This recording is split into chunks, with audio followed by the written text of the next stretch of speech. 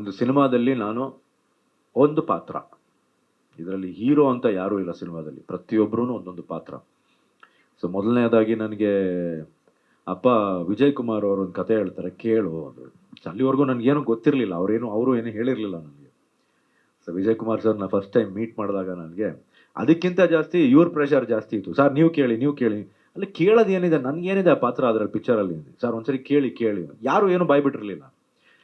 ಸರಿ ವಿಜಯ್ ಕುಮಾರ್ ಸರ್ ನನಗೆ ನೆರೇಟ್ ಮಾಡಿದಾಗ ಈ ಥರ ಒಂದು ಕ್ಯಾರೆಕ್ಟರ್ ಬಂದು ಹೆಲ್ಪ್ ಮಾಡುತ್ತೆ ಅಂತ ಹೇಳಿದಾಗಲೇ ನನಗೆ ಗೊತ್ತಾಗಿದ್ದು. ಅಲ್ಲಿವರೆಗೂ ನನಗೆ ಮಾಹಿತಿ ಇತ್ತು, ಬಟ್ ಅಷ್ಟು ಮಾಹಿತಿ ಇರಲಿಲ್ಲ.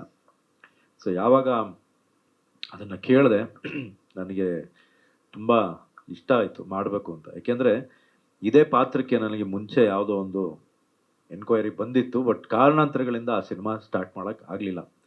ಅದ್ರ ಬಗ್ಗೆ ನೀವು ಎಲ್ಲ ಗೊತ್ತಿರಬೇಕು, ಓದಿರ್ಬೇಕು ಅದ್ರ ಬಗ್ಗೆ. ಅದೇನೋ ಗೊತ್ತಿಲ್ಲ, ಮತ್ತೆ ನನಗೆ ಬಂದಿದೆ ಅದು ಈ ಸಿನಿಮಾದ ಮೂಲಕ. ಇಲ್ಲಿ ನಾನು ಫಸ್ಟ್ ಲುಕ್ ರಿವೀಲ್ ಮಾಡಿದ ತಕ್ಷಣ ಆಗಲೇ ಇಬ್ಬರು ರೆಡಿ ಆಗಿದ್ದಾರೆ ಇವಾಗ ಅವ್ರ ಲೈಫ್ ಹಿಸ್ಟ್ರಿ ಮಾಡಬೇಕು ಅಂತ.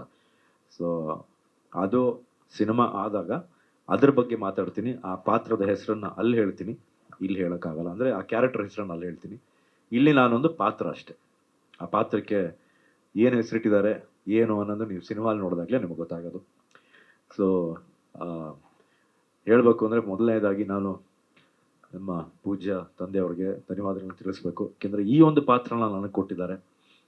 ನಾನು ಭಾಳಷ್ಟು ಜನ ನೋಡಿದವರೆಲ್ಲ ಡಿಟ್ಟೋ ಹಂಗೆ ಇದ್ದೀರಾ ಅಂತ ಹೇಳಿದ್ರು.